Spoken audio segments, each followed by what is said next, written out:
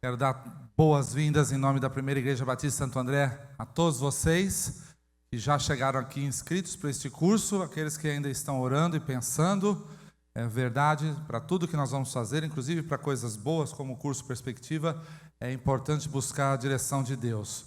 Tenho falado para a nossa igreja quando o Senhor conduziu Paulo na sua segunda jornada missionária e quando ele estava para entrar na Ásia, uma voz o interrompeu e disse para ele não fazer. Qualquer um de nós em seu lugar poderia discernir que uma voz do mal estava impedindo o missionário de avançar, mas não era uma voz do mal, era a voz do Espírito, porque tinha algo melhor para ele do que a entrada na Ásia naquele momento, era levá-lo até a Macedônia, Filipos, para lá plantar a primeira igreja na Europa, e onde o evangelho seria levado para o mundo inteiro. Então, Deus tem sempre o melhor para nós, amém?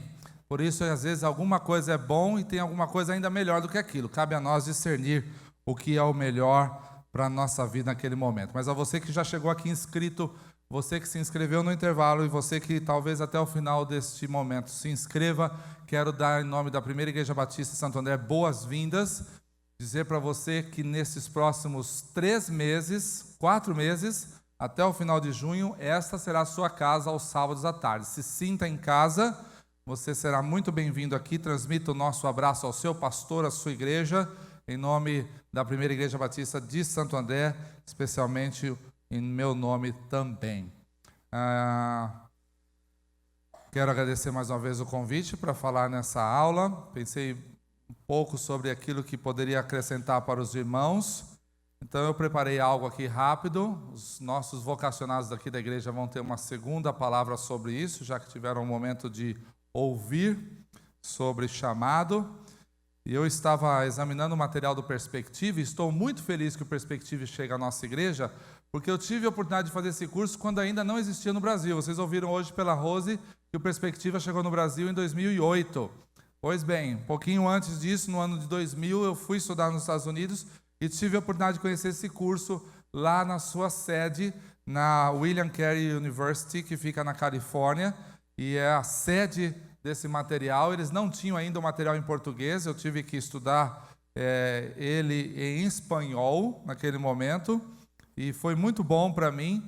É um material um pouquinho diferente desse que vocês têm, os livros todos estão aí no mesmo fascículo. Naquele momento eram 4 fascículos separados, e eu me amarrei pelo material e fiquei muito feliz quando eu soube que ele chegou ao Brasil e tem sido ministrado por muitos colegas.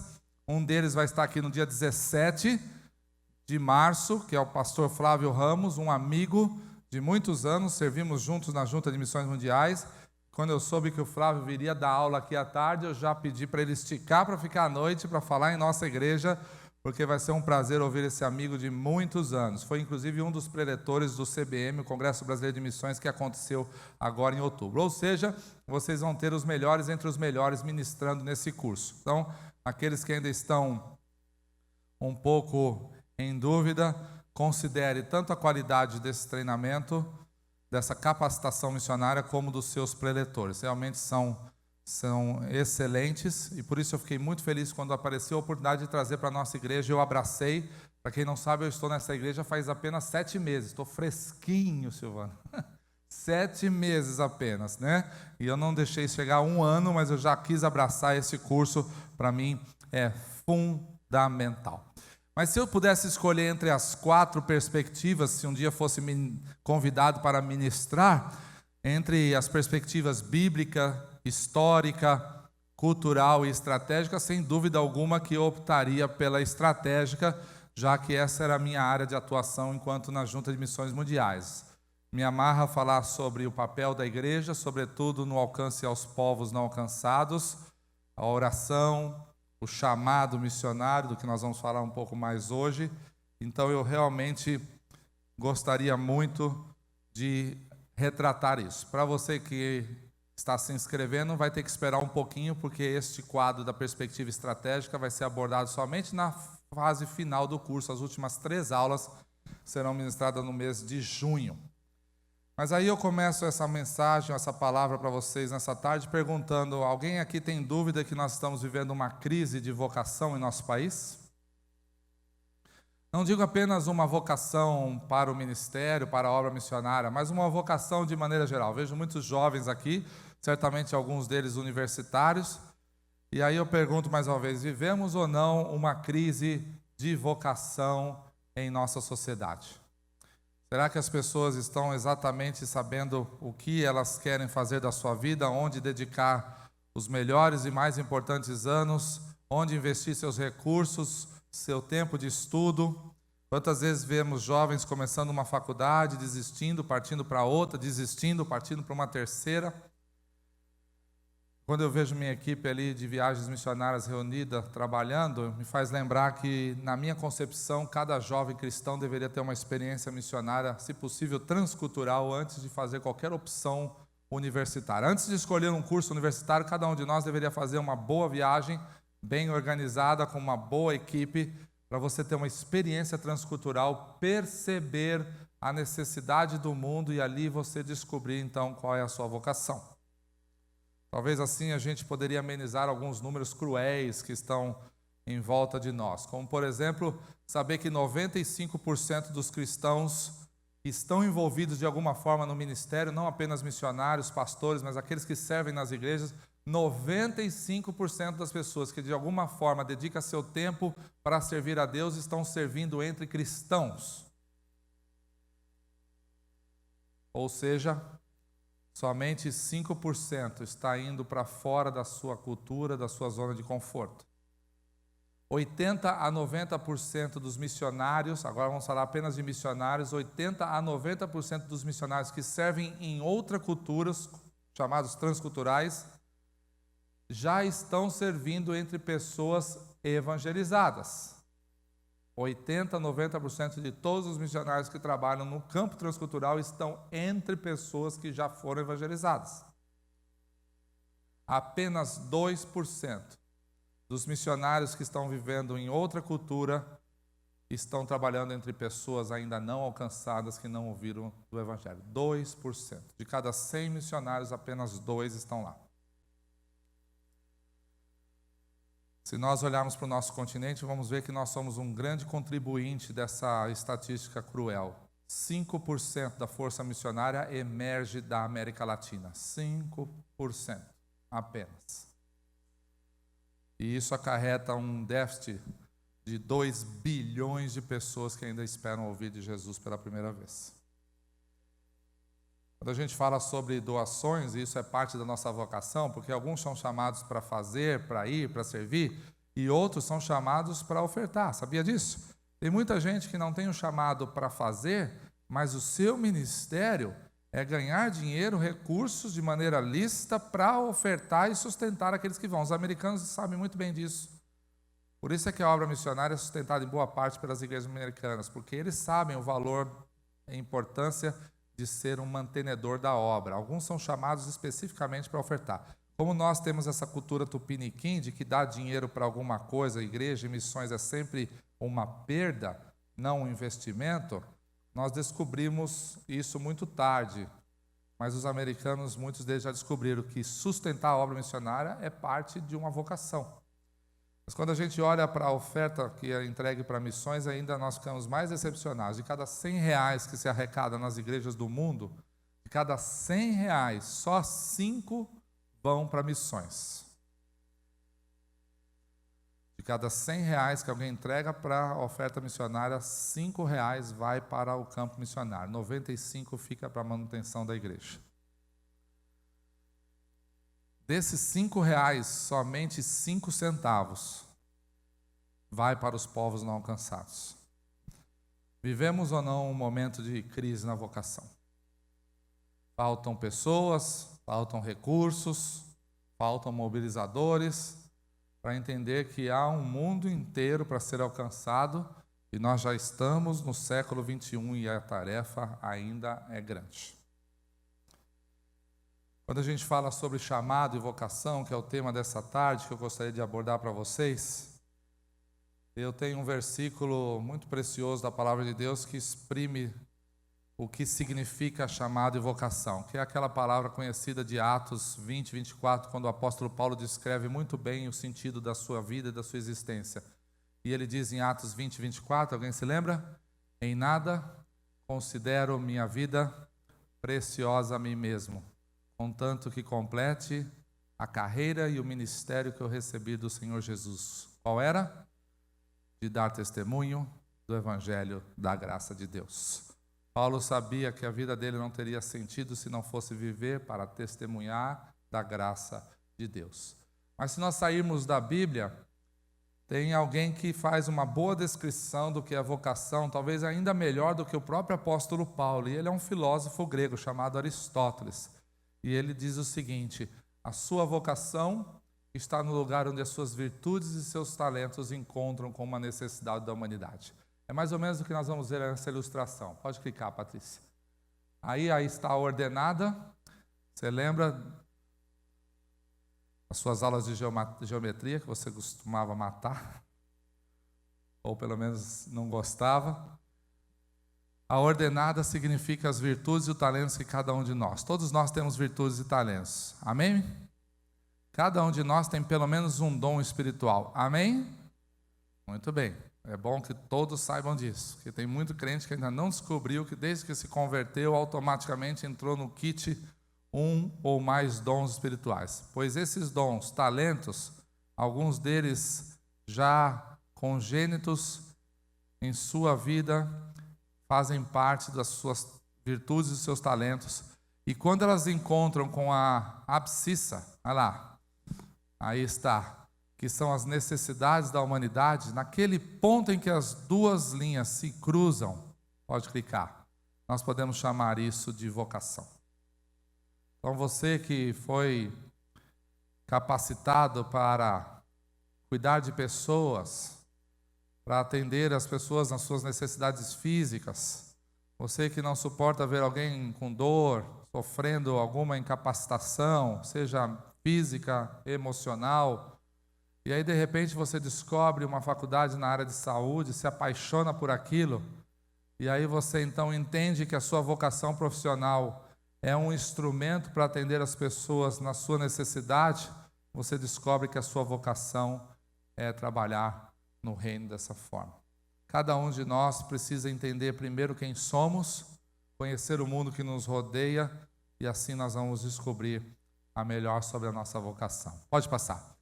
Mas será que Deus é realmente um Deus que chama? Quantos acreditam que Deus, em sua palavra, de fato é um Deus que chama e comissiona pessoas? Levanta a mão, quantos acreditam? Muito bem, quase todos. Você tem ideia de quantas vezes a palavra chamado é citada na Bíblia, entre Novo e Antigo Testamento? Cerca de 700 vezes. A Bíblia utiliza alguma das variações da palavra chamado ou vocação. Será que Deus é um Deus que está interessado em chamar pessoas?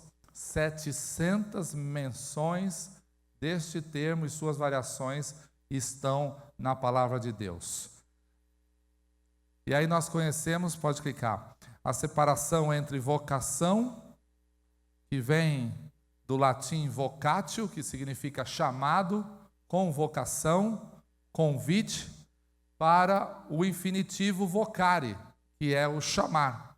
E é muito legal falar sobre vocare, porque finalmente em nosso país, há 4 anos atrás, criaram um congresso só para jovens, para discutir vocação. E eu creio que alguns de vocês já estiveram participando, que é o congresso do vocare, que acontece todos os anos na cidade de Maringá.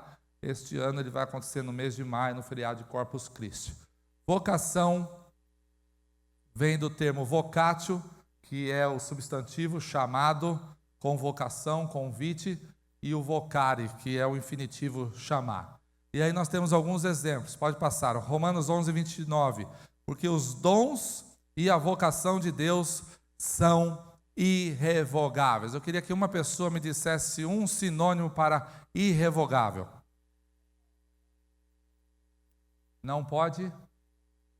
Exatamente. Não pode ser desfeito. Uma vez dado, não pode ser retirado. Os dons que Deus concedeu a nós, sejam eles espirituais, habilidades ou qualquer outro, uma vez dado, não retorna. Ele pode estar aí numa situação latente no seu corpo, em stand-by, esperando, como Paulo diz, aperfeiçoai os vossos dons, mas certamente ele está aí, precisa só ser descoberto e ser aperfeiçoado. Mas uma vez dados, os dons e as habilidades de Deus são irrevogáveis. 1 Coríntios, Paulo continua dizendo: irmãos, reparai, pois, na vossa vocação, visto que não foram chamados muitos sábios segundo a carne, nem muitos poderosos, nem muitos de nobre nascimento. Chamado não tem nada a ver com pedigree, não tem nada a ver com genética familiar, chamada não tem nada a ver com pai ou mãe influente, poderoso, pastor, missionário. Vocês estão diante de alguém que é a primeira geração de cristão na sua família. Eu levei meus pais a Cristo. É possível, sim, ter um chamado sem que você tenha nascido num nobre lar, um berço esplêndido, mas tão somente se você se dedicar a descobrir aquilo que Deus tem preparado para você. Efésios 4:1, Paulo os exorta dizendo: rogo-vos, pois eu, prisioneiro no Senhor, que andeis de modo digno da vocação que foste chamado. Ou seja, aquele que tem um chamado deve andar da maneira como esse chamado espera. Se eu sou chamado para pregar o Evangelho, devo viver como um pregador do Evangelho. Se eu sou chamado para servir as pessoas, eu tenho que viver como quem serve verdadeiramente as pessoas. Se eu sou chamado para liderar pessoas, eu tenho que viver como quem lidera de fato pessoas. E a sua segunda carta a Timóteo, a última carta escrita pelo apóstolo Paulo, ele diz que nos salvou e nos chamou com santa vocação, não segundo as nossas obras. Que interessante, né? Não segundo as nossas obras, mas conforme a sua própria determinação e graça que nos foi dada em Cristo Jesus antes dos tempos eternos. Deus nos chamou não é conforme o nosso próprio desejo, nem conforme o nosso shape, a nossa cara. Deus nos chamou conforme a sua santa vocação, a maneira como Ele deseja. Cada um de nós tem um chamado. E aí eu faço outra pergunta para vocês interagir comigo, para que de fato nós fomos criados como seres humanos? Todos sabem essa resposta de cor, não é mesmo? Fomos criados para o louvor da glória de Deus. Lá na Junta de Missões Mundiais, quando a gente recebia alguns candidatos para serem missionários, era muito comum alguns deles tropeçarem nisso, né? Dizer que nós fomos criados para fazer missões, né? Eu nasci desde pequenininho, pastor, na entrevista eles falam, para fazer missões, desde que eu fui gerado pela minha mãe, eu fui gerado para o campo missionário, essas coisas que são muito românticas, mas infelizmente não são nenhuma verdade, né? Ninguém foi chamado para ser missionário, nós somos chamados e criados para o louvor da glória de Deus. Nós somos todos criados para o louvor da glória de Deus. E nós podemos expressar o louvor e a glória para Deus de diversas formas, cantando e tocando, como nós acabamos de ver, ensinando, pregando, testemunhando, cuidando de pessoas, lavando o chão da igreja, segurando uma câmera enquanto outros podem depois observar o material. Há diferentes formas de nós sermos usados para que de última instância redunde glória para Deus. Fomos chamados para o louvor da glória de Deus. Paulo diz isso em Efésios 1:12.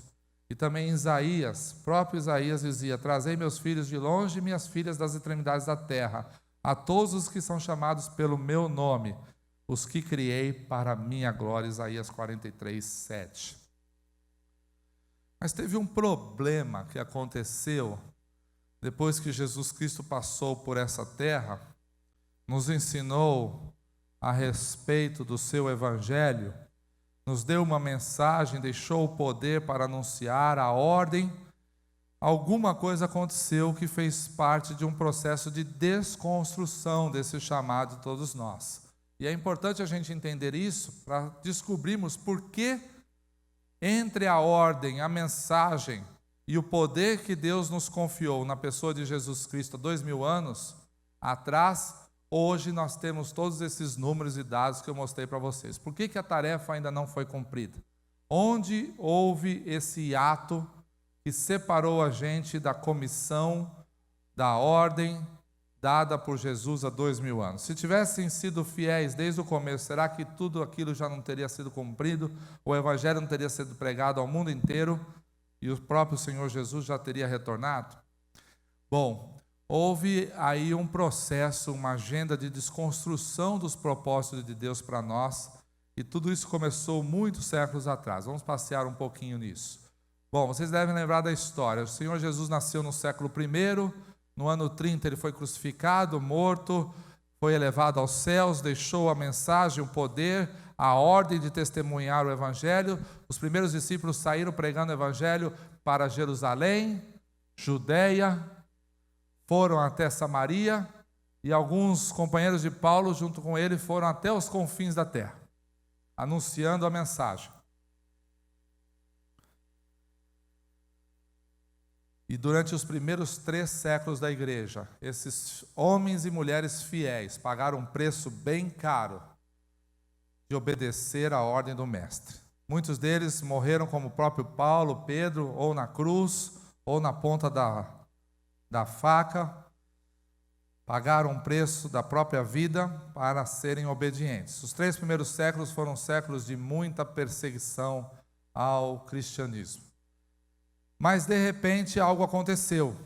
E no início do 4º século, no 3º ano do 4º século, um movimento, nós temos tempo para falar sobre isso, trouxe uma certa liberdade, um alívio para o cristianismo. O imperador Constantino decreta a liberdade religiosa aos cristãos em Roma, e a partir do início do século IV, em 313, os cristãos passam a ter uma certa liberdade e um alívio à perseguição que viviam nos séculos passados. Isso trouxe 2 consequências. Uma positiva, que foi o fim das pessoas morrerem literalmente na boca do leão, e a negativa, que aquilo que era uma religião verdadeira, sólida, que se pagava um preço caro para ser vivida, agora passava a ser algo oficial, do gosto das autoridades romanas. A religião se confundiu com o Estado. Ela deixou de ser laica e passou a ser parte do governo dominante.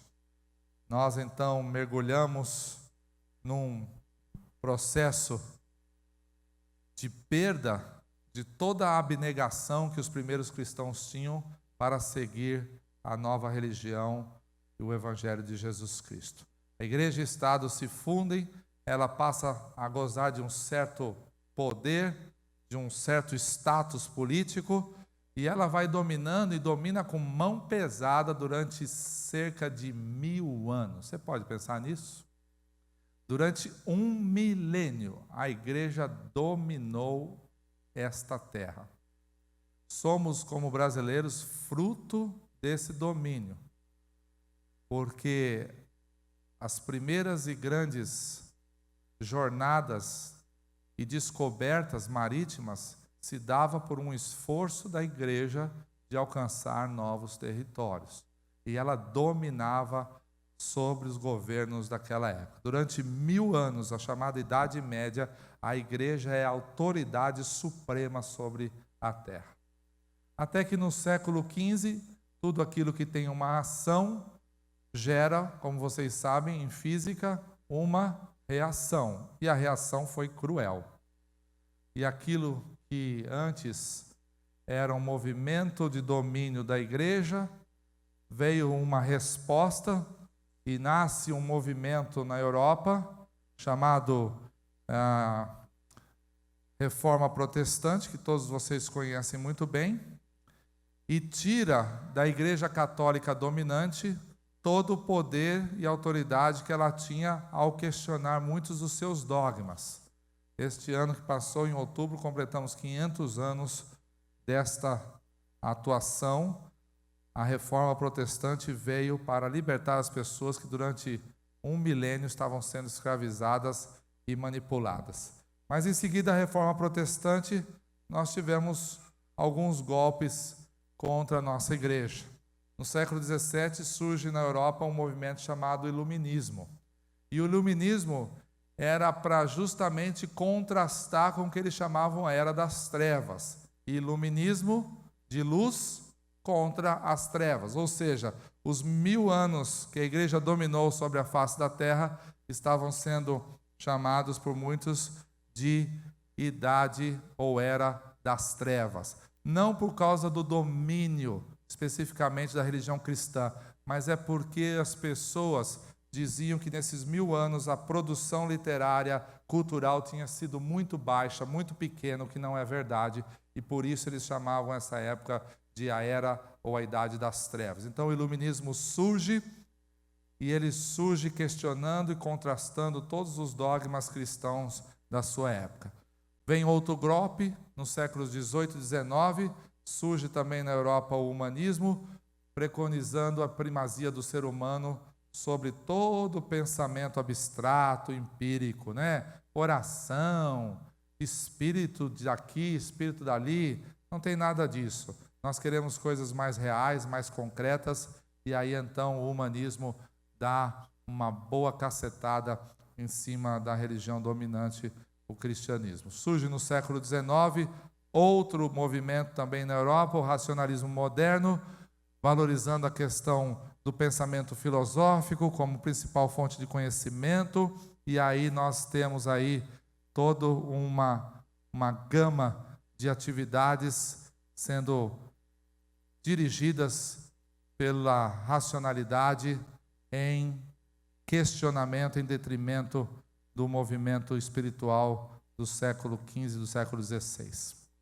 Foi esse movimento, o racionalismo moderno, que moldou todo o movimento ocidental, todo o pensamento ocidental, especialmente no nosso continente, as 3 Américas, incluindo aí a teologia e a nossa prática cristã. Ou seja, a partir do racionalismo moderno, o homem se tornou o centro de tudo. Tudo estava voltado. Quando você hoje na sua igreja ou em algum outro local, você questiona esse interesse muito pessoal de alguém por determinada coisa a seu favor, em detrimento do próximo, em detrimento da coletividade, saiba que isso tem uma origem, vem justamente desse período aí, em que as pessoas perderam o senso do coletivo e passaram a se valorizar e a valorizar o homem acima de tudo.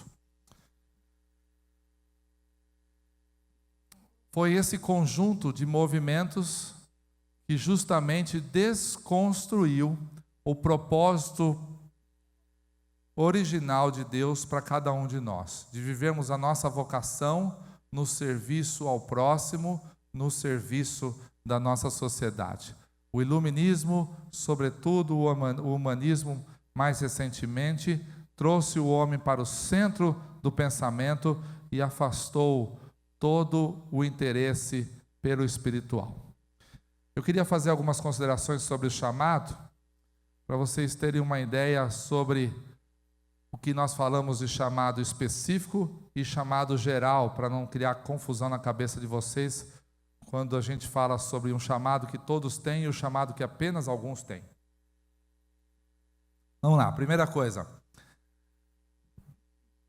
Deus não precisa de nenhum de nós. Infelizmente é um pouco dolorido para algumas pessoas, alguns irmãos, mesmo os mais velhos na igreja, entenderem ou ouvirem que, de fato, Deus não precisa de cada um de nós. Apesar de Ele ser um Deus pessoal que nos valoriza como cada um de nós somos, mas o fundo de tudo é saber que Deus não precisa de cada um de nós. Estamos aqui de maneira passageira e um dia alguém estará no nosso lugar. Por isso nós não somos insubstituíveis. Como é duro lidar com algumas pessoas em nosso meio que ainda pensam que eles são a última cereja do bolo. Que se eles não tivessem ali, nada daquilo aconteceria. Que eles são realmente a causa de tudo aquilo vir a existir. É como se a criação do cosmos tivesse sido passada pela sua mão e pela sua vontade. Não somos insubstituíveis. Deus não precisa de nenhum de nós. Segunda coisa importante para nós lembrarmos é que o Evangelho é quem estabelece as nossas prioridades. É muito legal que nós dissemos que fomos chamados para tal região do mundo, que fomos chamados para fazer determinada coisa, mas a verdade é que antes de sermos chamados para algum lugar ou para fazer alguma coisa, nós somos chamados para alguém, para uma pessoa. E todos todos nós aqui nesta tarde somos, antes de mais nada, chamados para sermos de Deus. Depois de sermos chamados para Deus, então nós podemos determinar para que fomos chamados e para onde fomos chamados. Mas prioritariamente nós somos chamados para ser de Deus. Terceiro, esse Deus que nos chama, Ele nos equipa para o chamado. Pastor, eu sei que eu tenho um chamado, mas eu não sei exatamente o que fazer, não tenho capacidade, não consigo encontrar algo que eu possa fazer, pois é Deus quem nos capacita. Todos conhecem aquele jargão bem antigo da obra missionária, que Deus não chama os capacitados, mas capacita os seus chamados. E isso é verdade, é bíblico. O termo que a Bíblia usa para isso no Antigo Testamento é Barak. Quer ver só? Gênesis 1, 28 e 29. Quando Deus chama os primeiros pais, e ele diz, o texto, Deus os abençoou. Quando Deus chamou Adão e Eva, lá no início de tudo, a Bíblia diz, e então Deus os abençoou. Mais à frente, em Gênesis 12, Deus chama mais uma pessoa. Quem foi? Quem? Abraão. E ele então também usa o termo, Deus o chamou, o abençoou. E essa palavra no original significa Barak, equipar. Já no Novo Testamento, esse texto, aliás, esse termo é usado com outra pronúncia, com outra palavra, que é catartismo, que significa da mesma forma aperfeiçoar. Deus nos aperfeiçoou. Esse texto está bem claro em Efésios 4, quando tem as 4 ou 5 faces do ministério. E Paulo diz, então Deus a alguns chamou para apóstolos, outros para profetas, outros para evangelistas, pastores e mestres. Naquele momento, o termo usado é catartismo, ou seja, Deus nos aperfeiçoou, nos equipou. Catartismo significa tornar alguém da maneira como ela deve ser. Tornar você como deve ser para cumprir um propósito. Isso significa catartismo. E quarto, pode passar, algumas orientações bíblicas a respeito da vocação, para nós entendermos melhor o que é chamado específico e o que é chamado geral. Primeiro, eu disse que há diferentes tipos de chamados. Antes de sermos chamados para algum lugar ou para fazer alguma coisa, somos chamados para ser de Deus. Então, o primeiro chamado que Deus tem para cada um de nós é o chamado para a salvação. 2 Pedro 1:10 fala sobre isso. Somos chamados para a salvação. Também Paulo fala do nosso chamado, que é o chamado para a liberdade. Eu e você fomos chamados para sermos livres, livres em Jesus. E também para sermos de Jesus. Romanos 16, Paulo fala sobre isso. Segundo, todos somos chamados, ou melhor, todo chamado se dá segundo um propósito. É interessante quando alguém lembra de alguma situação que acontece com ele e fala a primeira parte do versículo de Romanos 8:28, mas não menciona o restante do versículo. E a gente lembra da primeira parte sempre que acontece alguma coisa ruim com alguém que nós conhecemos e a gente quer amenizar a dor da pessoa.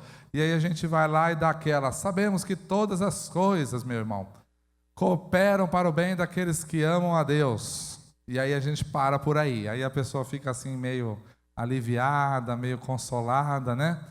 Mas a gente não pode esquecer da segunda parte que diz, daqueles que são chamados segundo o seu propósito.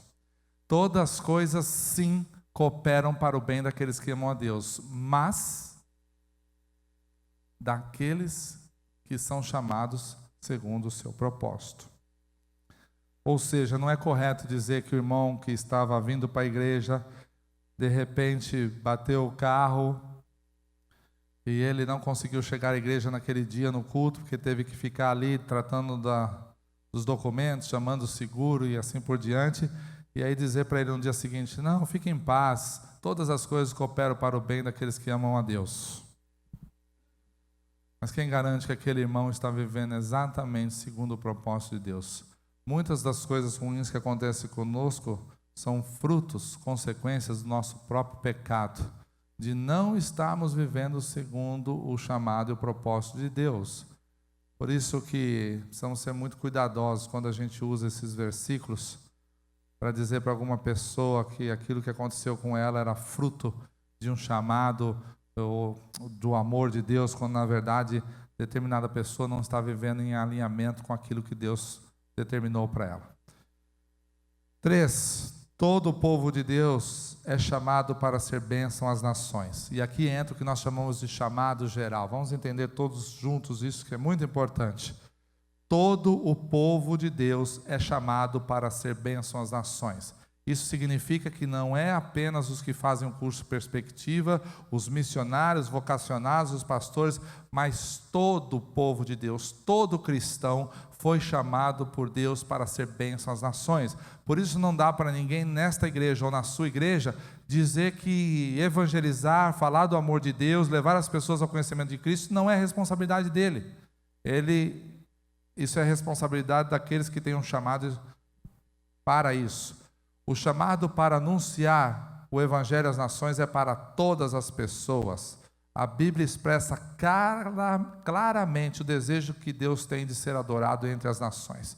Salmo 96, 3. Anunciai entre as nações a sua glória e entre todos os povos a sua maravilha.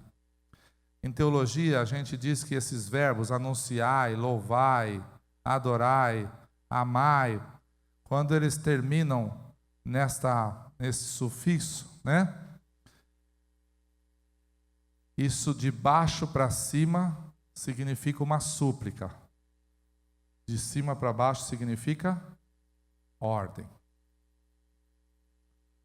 Quando nós usamos esses termos, neste tempo verbal, nós estamos suplicando a Deus. Quando Ele usa esse termo sobre nós, Ele está nos dando uma ordem.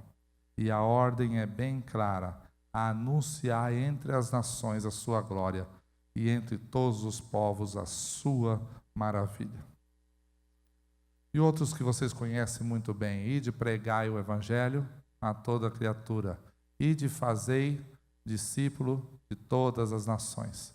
Todas as vezes que nós vemos um imperativo como estes, de baixo para cima, nós suplicamos. Ninguém ousa dar ordem a Deus, exceto alguns malucos que tem aí fora. E quando ele usa esses verbos no imperativo, é sim, de fato, uma ordem para o seu povo. 4, agora sim, a alguns Deus concedeu funções ministeriais específicas. Já falei o texto de Efésios 4:11, Deus chamou alguns para apóstolos, outros para profetas, evangelistas, pastores e mestres. Mas Romanos 1:1 também tem algo sobre o chamado específico. O próprio Paulo, ao começar a carta aos Romanos, ele fala do seu chamado. E ele fala assim: Paulo, chamado para ser apóstolo, separado para o evangelho de Deus. E ele mesmo se declara um servo. Ele usa o termo doulo, que quer dizer escravo, servo. Ou seja, aquele que quer ser líder, e seja aquele que serve. Que pena que muitas lideranças perderam esse entendimento, né? Aquele que quer ser líder, e seja o primeiro que serve. Paulo se declara apóstolo, mas ele usa o termo doulos, que era o escravo que atendia nas casas, né? Primeiro servo, depois apóstolo. 5, o chamado é prioritariamente funcional e não geográfico. Quem nos ensina isso é um grande conhecido de todos nós, para mim o melhor missionário em atuação hoje no Brasil, que é o pastor Ronaldo Lidória. Ele sempre lembra dizendo que o chamado não é geográfico prioritariamente, mas funcional. Ou seja, mais importante para nós é saber o que nós vamos fazer antes de saber para onde. E isso já aconteceu com o próprio Paulo. Paulo não foi chamado para algumas regiões. A Bíblia não diz que Paulo foi chamado para a Ásia, ou para a Europa, ou para a Grécia. Paulo foi chamado para quem?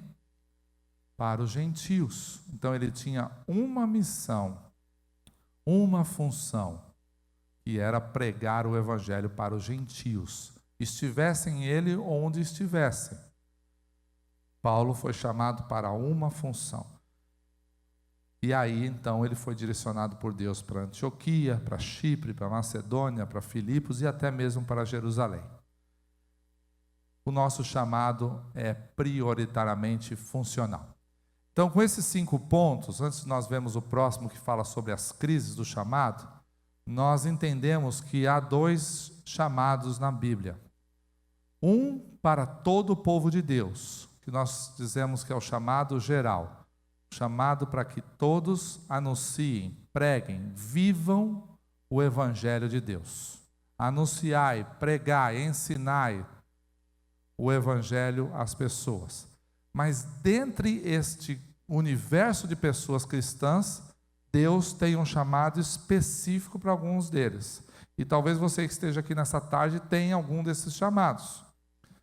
Talvez, se você ainda não teve, está no processo de vir a ter um chamado de Deus especificamente para um ministério.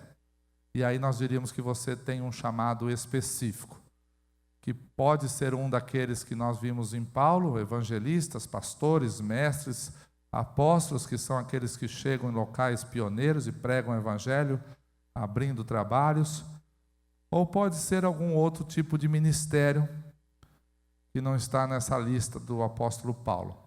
Mas todos nós, certamente, temos um chamado geral, um chamado universal. O chamado específico, nós precisamos de ajuda. Sabe quem é a primeira pessoa a identificar em nós um chamado específico? Antes mesmo de nós, são as pessoas que convivem conosco.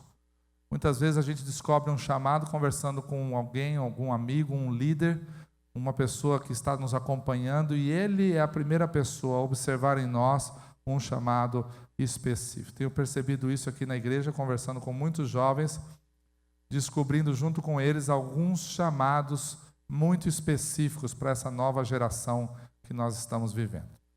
Mas aí nós temos algumas crises para enfrentar quando a gente está nesse processo de descoberta, que são as 3 crises que acontecem na vida de um vocacionado.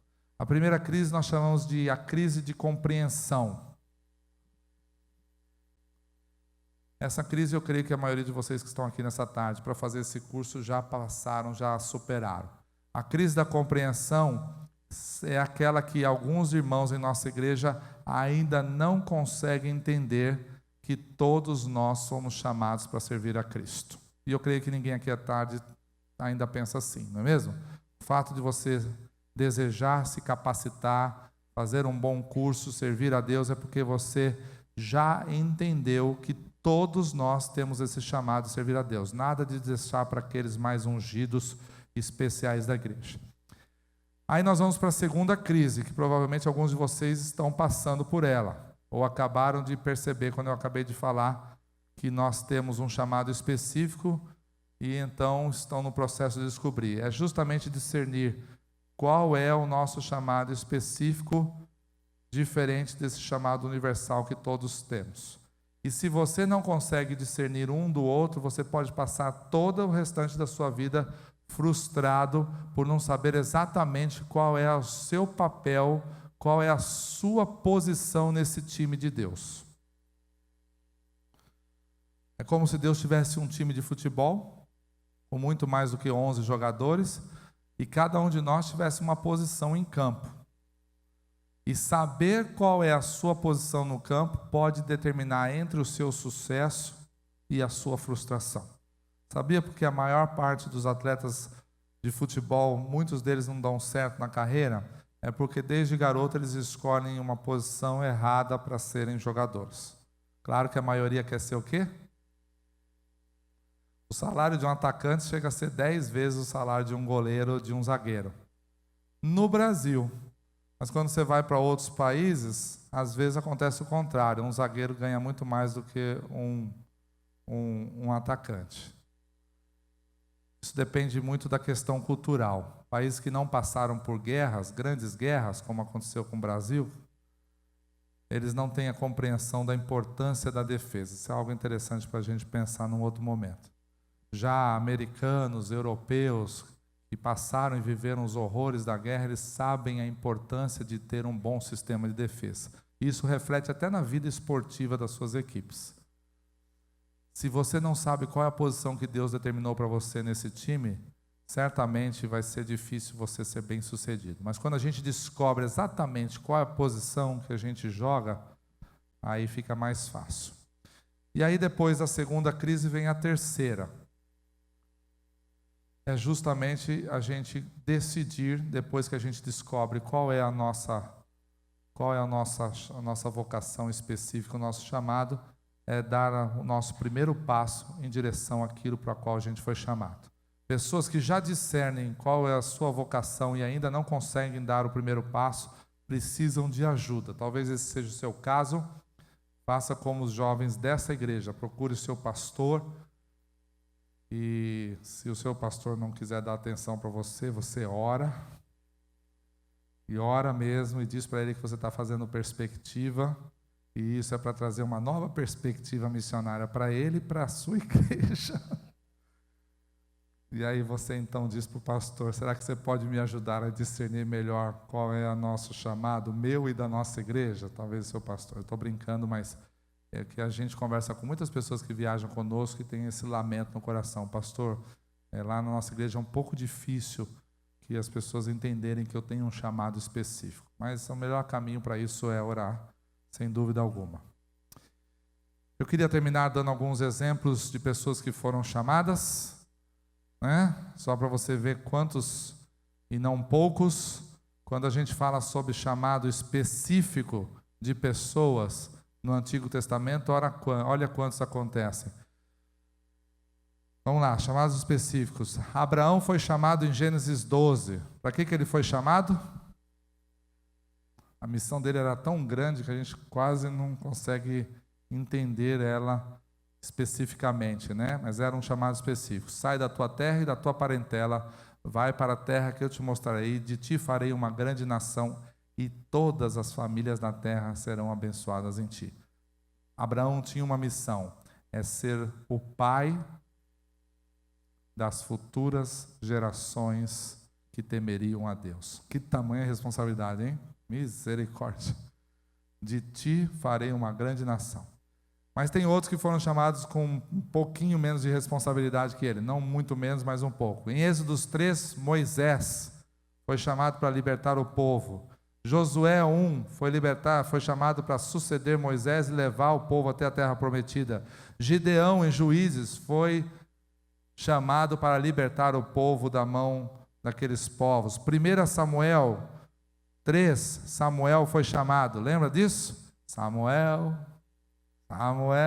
quando você tiver 2 filhos pequenos e ficar ligando, você vai, Samuel, E aí a voz do Senhor chamando Samuel.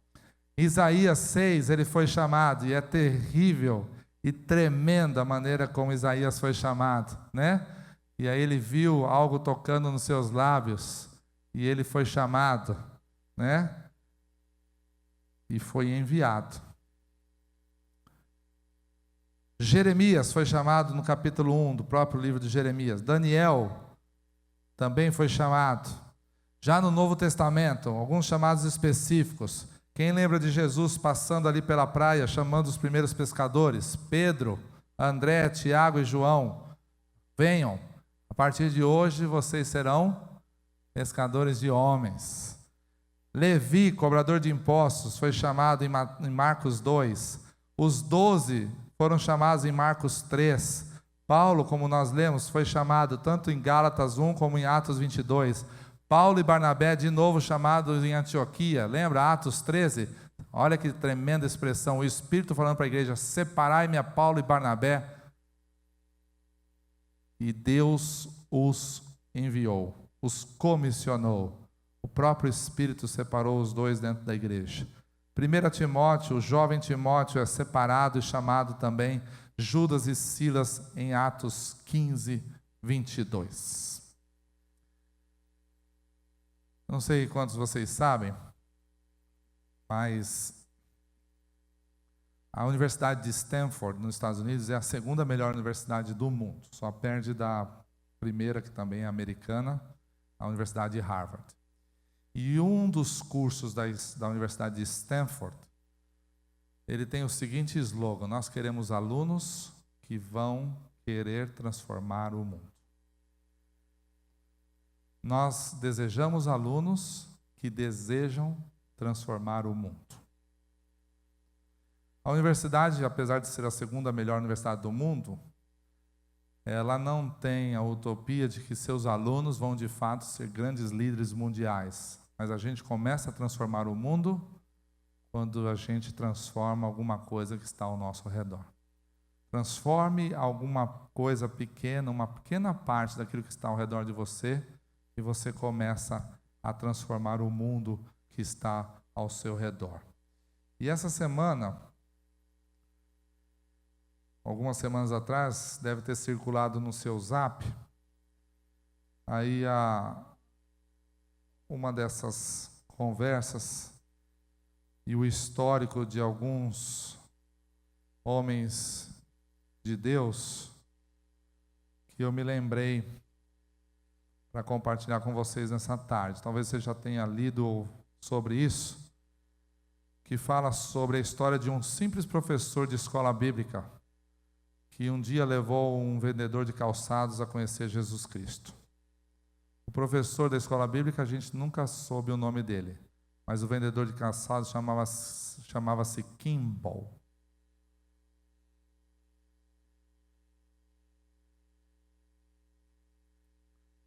Esse camarada levou Dwight Moody, um dos maiores evangelistas da história, a conhecer o Senhor Jesus. Se tornou um grande evangelista. Foi Dwight Moody que teve influência sobre a vida de um grande pregador chamado Frederick Meyer. Meyer pregou nas grandes faculdades e durante muitas de suas pregações, uma pessoa se converteu. O nome dele, J. Chapman, que foi o cara que trabalhou na Associação Cristã de Moços, uma das maiores organizações missionárias daquela época. Ali, ele organizou a ida de um ex-jogador de beisebol chamado Billy Sunday até a cidade de Charlotte, capital da Carolina do Norte, para ali fazer um projeto de um reavivamento espiritual. Em Charlotte, um grupo de líderes comunitários entusiasmados fizeram uma outra campanha evangelística e convidaram um homem chamado Mordecai Ham para pregar na cidade. E durante aquela campanha evangelística, numa das pregações de Mordecai Ham, se converteu ninguém mais, ninguém menos que um jovem chamado Billy Graham, falecido no mês passado aos 99 anos, considerado o maior evangelista de todo o nosso século. Esse camarada levou centenas de milhares de pessoas a conhecer Jesus. E aí a pergunta que fica: será que aquele professor de EBD poderia imaginar o tamanho do impacto que ele causaria no mundo ao conduzir um simples vendedor de calçados ao conhecimento do Evangelho de Jesus Cristo? Transforme alguma coisa que está ao seu redor, e talvez com aquilo você poderá transformar todo o mundo. Eu creio que é essa mensagem que o Perspectivas quer deixar para nós durante esses 4 meses. Conhecermos o movimento que Deus está fazendo na face da terra há 2000 anos e nos envolvermos nesse movimento de alguma forma, porque esse é um movimento que começou como uma onda e ela tem passado pelas gerações e gerações, e ela é feita por pessoas simples como eu e como você. Eu me lembro muito bem da história de um desses camaradas que foi impactado por essa onda, e o nome dele era Alexander Duff, um escocês. Foi enviado para a Índia, para ser missionário na Índia durante muitos anos. Quando ele já estava bem velhinho, Alexander Duff decidiu retornar para a Escócia e lá morrer. E aí certo dia, numa assembleia de igrejas na sua região, ele foi convidado para dar um testemunho. E aquele homem já bem idoso, já com as forças e a saúde bastante comprometida, ele foi àquela conferência, estava repleta de jovens, e ele contou a história de como Deus tinha usado sua vida durante décadas ali na Índia. E quando ele terminou, como bom missionário, ele fez um apelo para todos os ouvintes, para se envolverem com aquela obra. E aí, quando ele terminou o seu apelo, nenhum daqueles jovens se apresentou, nenhuma mão tinha sido erguida. E então ele ficou surpreso e ao mesmo tempo decepcionado com aquela atitude, e ele continuou fazendo o seu apelo e se projetando de maneira que ele passou mal, e ali no púlpito mesmo ele desmaiou. Veio um médico que estava entre os ouvintes, levaram para um canto, e enquanto estavam reanimando, de repente ele acorda e pergunta para o médico, para o presidente da Assembleia: onde estou? Onde estou? E eles disseram: você está na Assembleia falando para os nossos jovens e você passou mal. E ele disse: levem-me para o púlpito. Levem-me para o púlpito. Eu ainda não terminei. E aí eles tentaram desfazê-lo da sua vontade, mas ele insistia, cada vez gritando de maneira mais alta: levem-me para o púlpito. Levem-me para o púlpito. Então, com a ajuda do médico e do presidente, conseguiram conduzi-lo de novo até o púlpito. E ele disse: quando a rainha Vitória convida os jovens da Escócia para irem lutar na Índia, milhares deles se apresentam. Mas quando o rei Jesus convoca um de vocês para levar o evangelho para aquele país, ninguém se apresenta. E aí ele termina dizendo: se vocês não vão, então este velho, já sem forças e saúde, vai retornar para a Índia, pelo menos para morrer naquele país e dizer para eles que ao menos um escocês foi capaz de amar aquele povo ao ponto de morrer por eles. E então, diante daquela palavra, começaram a se levantar alguns jovens, e uns deles começaram a dizer: eu vou, eu vou, eu vou. E dezenas se apresentaram naquele dia. Alexander Duff morreu pouco tempo depois, não viu isso se cumprindo, mas a Escócia continuou mandando missionários para a Índia. Já se passa mais de um século, mas a história continua a mesma. Onde estão os jovens que vão continuar essa obra? Feche seus olhos e nós vamos orar.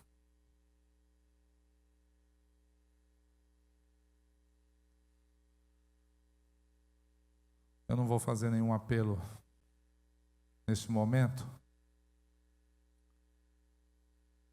Creio que vocês estão diante de uma grande oportunidade de discernir se este é o momento que o Senhor preparou para a sua capacitação, para a sua formação, ou se é apenas mais um curso bom que uma igreja presta para os seus membros e os membros de outras igrejas.